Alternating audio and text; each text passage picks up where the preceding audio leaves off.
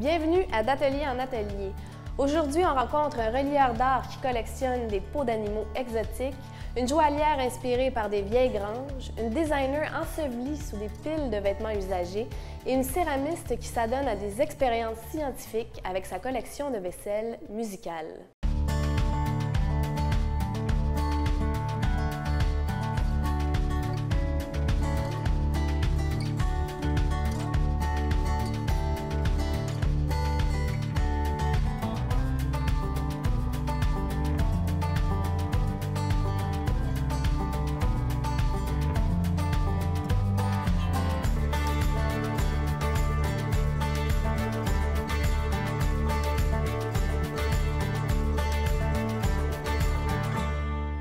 On débute nos visites d'atelier par un arrêt à Limoilou, où l'artiste visuelle et artisane Cathy Ouellette repousse les limites de son médium, la céramique.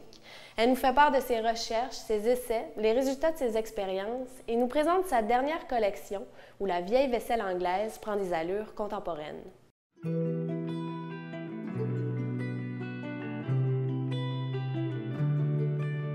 Moi, j'ai toujours aimé les arts, j'ai toujours aimé fabriquer des trucs avec mes mains, peu importe c'était quoi, puis peu importe la matière. Petite, avec de la gouache, j'écoutais la télé, j'essayais de reproduire les bonhommes. Fait que ça a toujours été un processus clair pour moi. Je faisais des arts visuels. J'ai un peu choisi la céramique par hasard. Je faisais de la sérigraphie beaucoup à l'université, puis là, j'avais le goût d'être vraiment sale. J'ai fait, OK, je vais faire de l'argile, je vais essayer c'est quoi l'argile. Puis je suis tombée en amour avec le médium.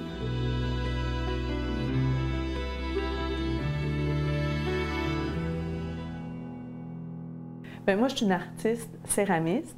J'utilise l'argile pour faire mes œuvres. J'aime beaucoup tourner parce que ça a tout un côté très zen. Tu sentes l'argile, tu penses pas à grand-chose d'autre qu'à tes mains, tu es très concentré, on fait les trucs. Puis ça, c'est fatigant, mais c'est très relaxant en même temps.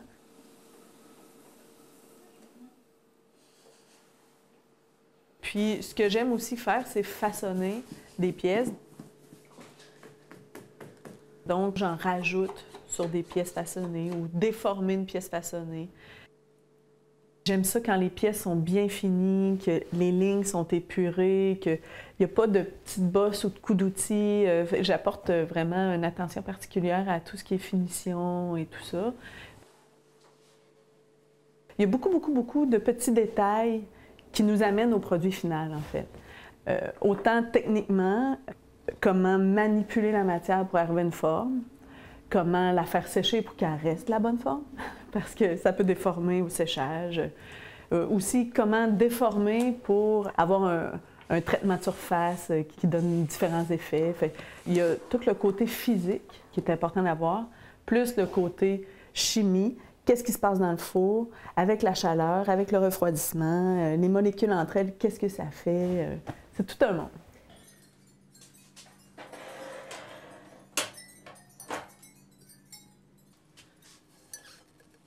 Quand je défourne mes pièces, la glaçure craque.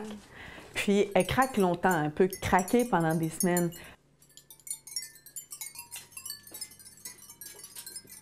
Ça fait le bruit des lustres qui cognent ensemble, de la glace qui craque ou des cristaux qui cognent ensemble. C'est vraiment surprenant. C'est pas conventionnel comme type de glaçure à cause des craques, mais c'est de la musique. Ma glaçure, si je la cuis 10 degrés Celsius plus haut, elle ne craque pas. Elle va juste être lustrée puis elle va couler partout. Si j'ouvre le four 2 jours après ma cuisson, ben je ne l'ai pas entendu chanter. Puis ils n'ont pas craqué parce que ça refroidit trop doucement. À force de le faire, je sais qu'il faut qu'aussitôt que ça atteint 100 degrés Celsius, j'ouvre le four, je sors les pièces, j'ai mes gros gants, tout le kit. Puis là, ça craque, ça craque, ça craque. Mais là, je sais que je vais l'avoir, l'effet. Quand je regardais la glaçure, je voyais, oui, de la glace, mais je voyais aussi des vieilles tasses de grand-mère qu'on a un peu trop lavées, qui ont toutes craqué, qui sont un peu tachées par le thé ou par le café. Puis j'aimais beaucoup le lien que ça faisait avec la vaisselle. Puis là, je voulais vraiment le marier avec quelque chose de plus moderne, de droit, de casser un peu cet effet trop copie de vaisselle anglaise. Là, je voulais y apporter tout un volet moderne. Donc, au lieu de prendre de l'argile blanche, j'ai pris de l'argile grise. Au lieu de faire des petites couleurs pastel, j'ai pris des couleurs plus saturées. J'essayais de développer des couleurs plus pop. Puis là, j'ai trouvé des décalques qui sont vraiment des répliques des fleurs qu'on faisait à l'époque. Je pousse de plus en plus le projet là, pour développer une gamme de produits différents. J'ai toujours aimé le textile. Ça a toujours plus été comme un passe-temps pour moi. Puis tranquillement, je l'intègre plus dans mes œuvres par le fil de métal, puis je le mélange avec la céramique pour essayer de créer d'autres objets qui, là, cassent complètement avec le côté pratique, parce que là, c'est ajouré, il y a un contraste entre le métal et la céramique. La lumière qui arrive dessus, ça crée des ondes complètement folles, puis j'arrive quand même à créer des formes assez grosses, très légères, mais qui se tiennent, mais qui sont aériennes, puis très, très, très délicates. Donc, développer des concepts, faire des recherches pour développer un produit, j'adore ça. C'est des moments aussi stimulants et motivants que quand je suis en train de faire la pièce. C'est un médium qui demande un côté très rationnel, beaucoup de notions de chimie physique. Puis j'aimais ça à la base. Fait que c'est comme si c'était un entonnoir, puis tout s'était placé. Mon côté plus scientifique était autant comblé que mon côté artistique.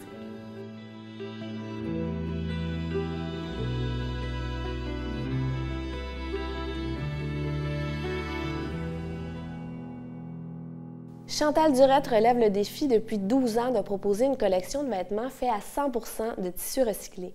Dans son atelier du quartier Saint-Roch, elle classe et trie des centaines d'étoffes récupérées pour leur donner une seconde vie.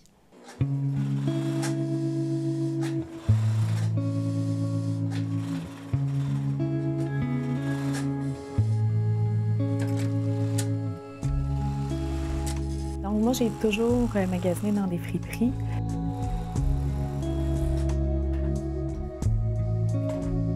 J'ai toujours modifié mes vêtements. On dirait qu'en magasin, je trouvais pas nécessairement ce que je voulais ou j'avais pas les sous, donc c'était vraiment un moyen pour moi d'avoir des vêtements personnalisés. Ça s'est vraiment développé tranquillement. Au début, je m'étais pas dit je vais partir faire des vêtements recyclés. Je faisais juste transformer. J'ai commencé à faire des mitaines, puis tranquillement là, développer des sacoches, puis une collection complète.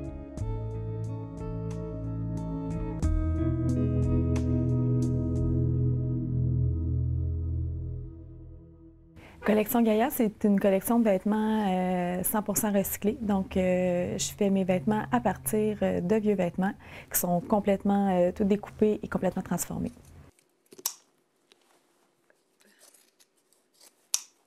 Donc, le patchwork est toujours au cœur des créations. Donc, c'est juste vraiment les formes dans mes patrons qui vont varier, qui vont faire que ça donne vraiment aussi un look différent.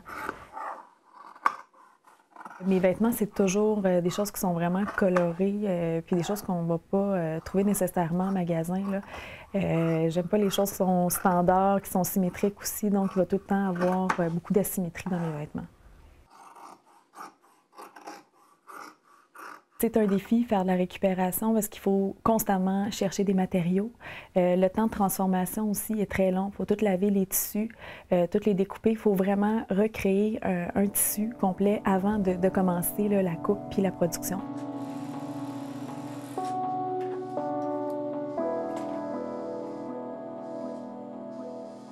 La création a toujours commencé justement par les tissus.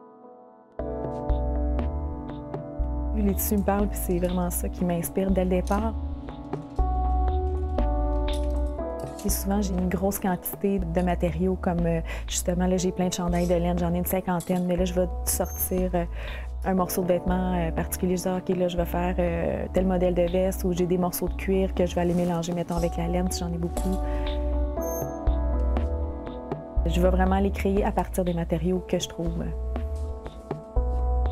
Quand je fais la recherche de matériaux, ce que j'aime trouver, c'est des vieux vêtements des années 80 et même avant aussi. C'est qu'il y a toujours des imprimés vraiment spéciaux, puis la qualité du tissu est là aussi. Là.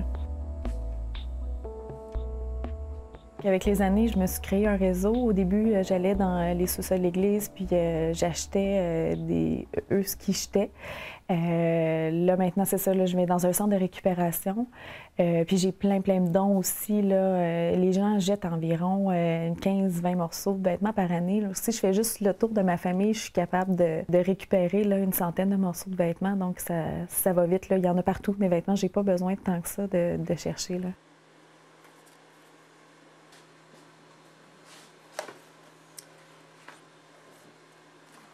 Quand j'ai commencé la collection, j'ai commencé par créer des mitaines. Donc, avec toutes les retailles aussi, a découlé le reste de la collection. Donc, j'ai fait des foulards, des tuques. Et j'ai décidé aussi, après ça, de commencer à faire des vestes de laine. Tout dépendant des matériaux, avec la laine, il n'y a presque pas de perte. Sinon, dans le vêtement qui est déjà taillé, ils peuvent avoir à peu près un 20 là, de perte. C'est pas parce qu'on est une entreprise de récupération qu'il n'y a pas de déchets. Là. Malheureusement, il y en a. La laine est beaucoup prisée aussi dans les confections parce que c'est un matériau biodégradable aussi. Donc, si je le jette, ça me fait moins de peine. La qualité de mon produit passe par les tissus que je choisis. Avec les années, là, avec beaucoup d'essais-erreurs, on voit ce qui marche puis qu'est-ce qui ne marche pas. Donc, il y a des tissus qui peuvent aussi se défaire très rapidement. Donc, on le voit là, avec les années, comment fonctionner aussi. Là. Je pensais jamais me rendre jusque-là. Là. J'ai réussi à atteindre un bon chiffre d'affaires puis je réussis à persévérer avec les années. J'ai eu plusieurs amis qui étaient designers puis qui ont abandonné parce que c'était trop difficile financièrement. J'ai toujours réussi à m'en sortir là-dedans, continuer à faire ce que j'aime. J'aime beaucoup voyager aussi. Donc, puis je mets beaucoup d'heures dans mon entreprise, c'est que c'est important pour moi de pouvoir continuer à voyager. C'est une des raisons aussi pourquoi j'ai pas de boutique. Je peux travailler à mon atelier à des heures vraiment précises, partir un mois, revenir, tout inspiré parce que j'ai pu me vider la tête aussi en voyage. Hein.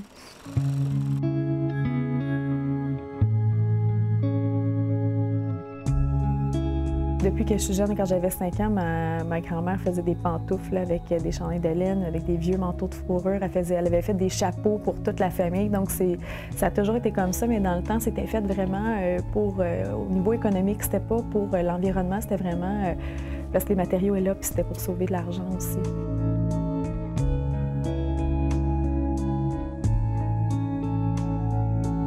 Sans le savoir, ça a toujours été dans la famille, mais oui, je perpétue la tradition familiale.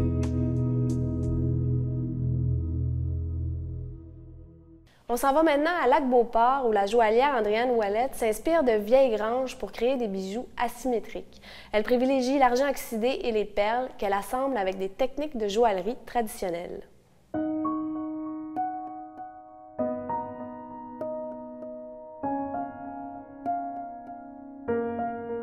Le métier de joaillerie m'a toujours attirée sans savoir que je pourrais en faire un métier un jour.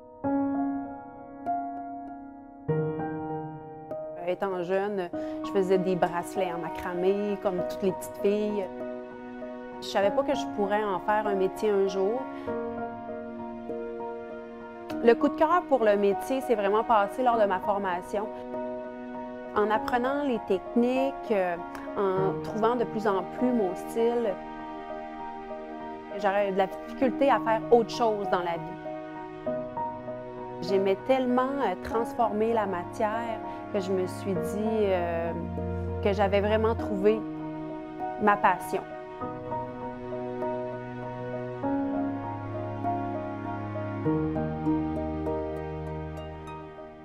Andréane Ouellette joaillière, c'est une collection de bijoux en argent oxydé, texturé, avec perles, qui a un côté féminin, mais un côté rustique également, donc un côté asymétrique qui permet de se différencier des autres bijoux. Moi, j'aime beaucoup, à la base, les vieilles choses. Une grande partie de ma collection que j'appelle ma collection Grange au trésor. Donc, j'aime beaucoup les vieilles granges, le côté rustique, vieilles planches rafistolées.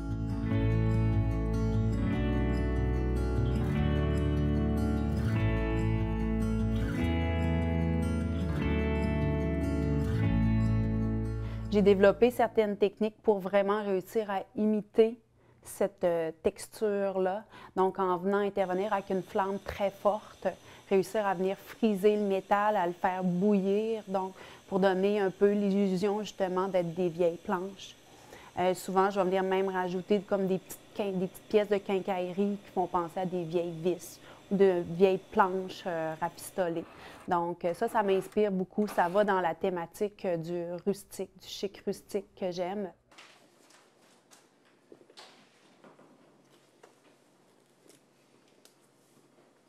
J'aime beaucoup incorporer les perles de manière à ce qu'elles fassent partie, fassent un tout. Donc, des fois, les placer d'une manière plutôt inattendue pour que ça ne soit pas nécessairement la première chose qu'on voit, qu'elles fassent vraiment partie du concept du bijou. Souvent, c'est des beaux défis parce que je dois trouver une manière de la fixer, que ça soit solide, mais que ça soit quand même sans être la perle en plein milieu comme ça. Donc, c'est souvent des beaux défis pour moi de l'incorporer. Souvent, je n'ai même pas d'idée avant de m'asseoir de ce que je vais faire. C'est vraiment en regardant mes textures que l'idée va partir. Avec mes outils, mes pinces, mes scies, j'aime ce qui a l'air vieux. J'aime ce qui a l'air croche aussi. J'aime pas les choses qui sont symétriques. Donc, je trouve souvent que d'essayer de créer un équilibre dans la symétrie, souvent, est un beau défi pour moi. Parce que parfois, on crée des choses, puis esthétiquement, on trouve ça joli. Mais quand on passe la chaîne, bien, ça fonctionne pas du tout.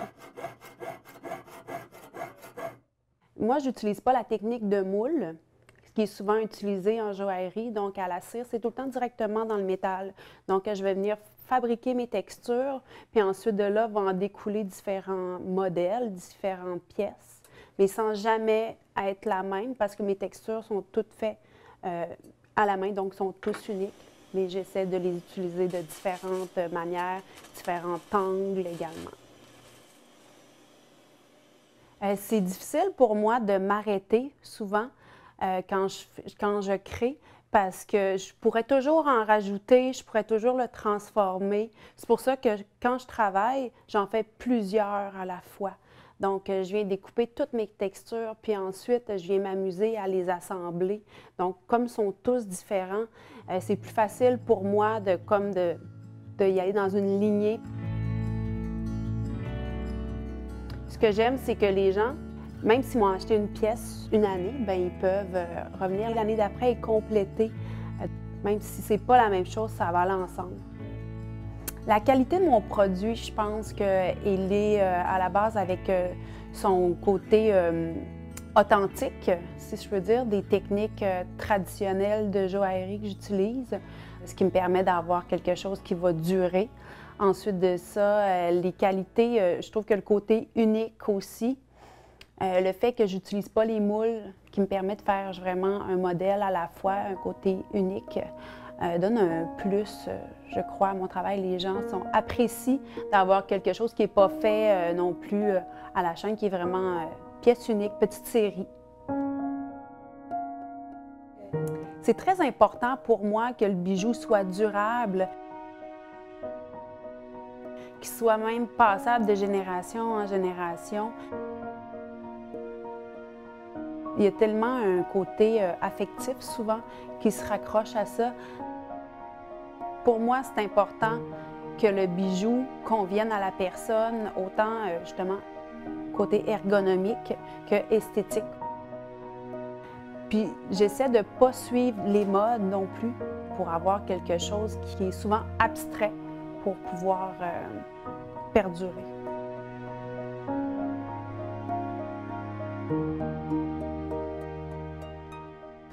Dans son atelier de Loretteville, le relieur d'art Jonathan Tremblay utilise les mêmes techniques que les moines copistes du Moyen Âge.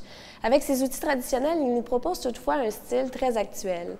Jonathan nous partage également son obsession pour les différents cuirs, de la peau de poisson aux pattes de poule. Il est toujours à l'affût de nouvelles textures.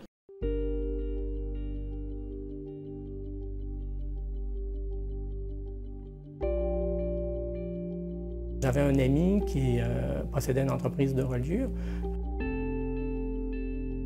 qui m'a fait découvrir un peu l'atelier.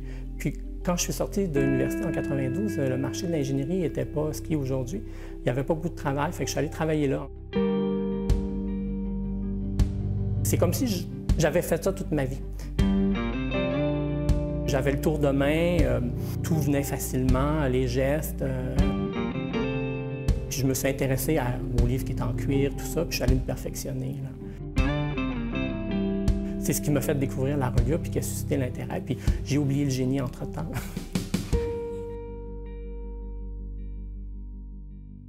La reliure d'art, c'est de la reliure, en fait, sauf que souvent, on va illustrer sur le décor de la reliure à l'extérieur le contenu. Il y a une interprétation artistique du contenu qui est faite. Ce n'est pas une reliure simplement avec un titre au dos où on indique le contenu.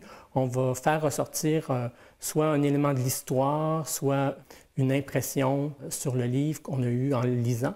On va le refaire ressortir dans la conception du design sur le dessus, de manière à inviter le lecteur à vouloir lire le livre aussi.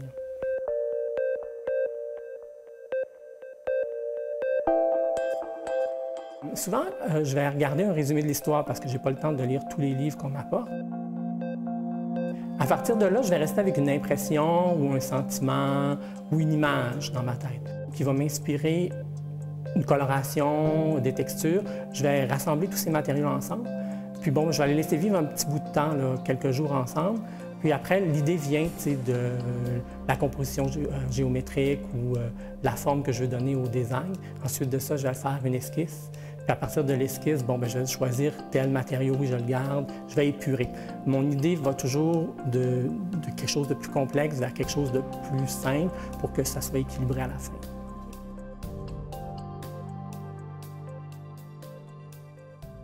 Le titre, c'est Menot, maître raveur de Félix-Antoine Savard. C'est un livre dont quand je l'ai lu, je voulais l'impression du sous-bois. Un peu quand on marche l'automne dans la terre glace, puis qu'on voit les feuilles qui sont en impression. Fait que j'ai eu l'idée d'utiliser des feuilles de chêne de mon jardin, du chêne rouge, que je suis venu coller simplement sur le carton. J'ai pris un cuir très, très, très mince que je suis venu faire épouser la forme de ces feuilles-là avec une mise en presse. Fait qu'on voit simplement l'impression des feuilles, puis les feuilles sont vraiment restées là. Fait que j'ai utilisé pour faire les deux plats là, en couleur vert, un peu argile, pour donner cette impression-là là, que j'avais eue en lisant le livre. J'aime beaucoup la géométrie, les lignes, les répétitions de lignes, les carrés. Je suis très cartésien. C'est peut-être une déformation professionnelle d'ingénieur qui m'est restée un petit peu, là, mais j'aime beaucoup travailler cette forme-là. Bon, ici, on retrouve du crapaud qui vient d'Afrique. Ici, on a... c'est de la peau de poulet. On voit tous les rachis, les plumes, les trous laissés par les rachis des plumes ici. C'est très fin. Bien, souvent, on va utiliser traditionnellement le cuir de chèvre, qui est très utilisé en reliure classique. On va utiliser le box, qui est un veau glacé. Ensuite de ça, bien, on utilise à peu près toutes les autres matières qu'on peut utiliser, en autant que c'est du cuir, même du papier.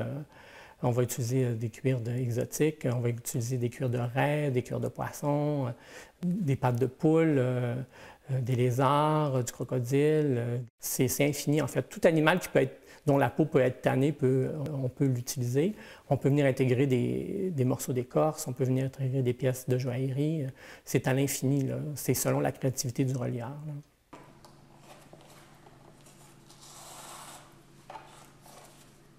Bien, chaque matériau dans la reliure n'a pas changé à travers les âges. On utilise le chanvre justement parce que c'est une matière qui est imputrescible, un peu comme le fil de lin aussi qui est à l'intérieur.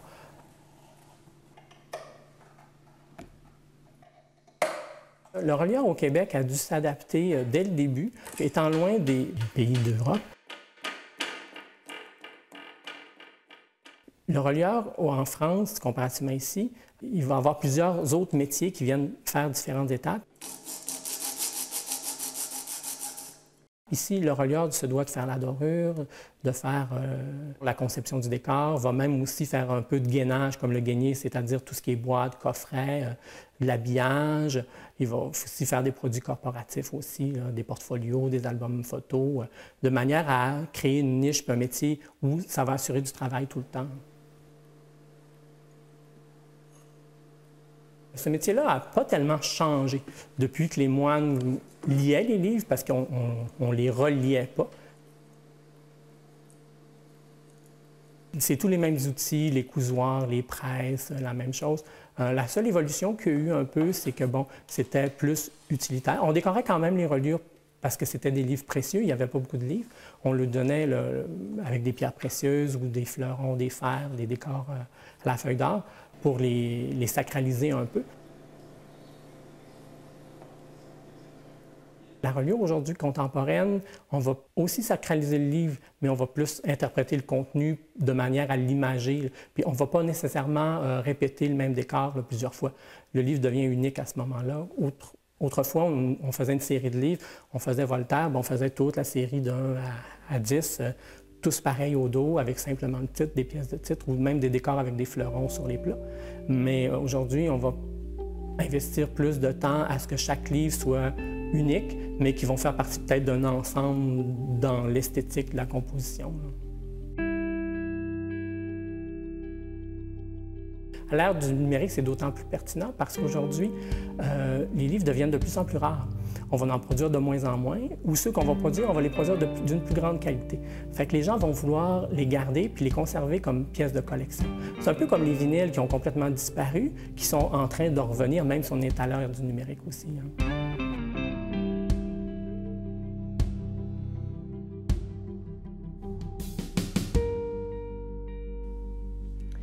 C'est tout pour l'émission. Pour en connaître davantage sur les artisans de votre région, n'hésitez pas à consulter le site du Conseil des métiers d'art du Québec.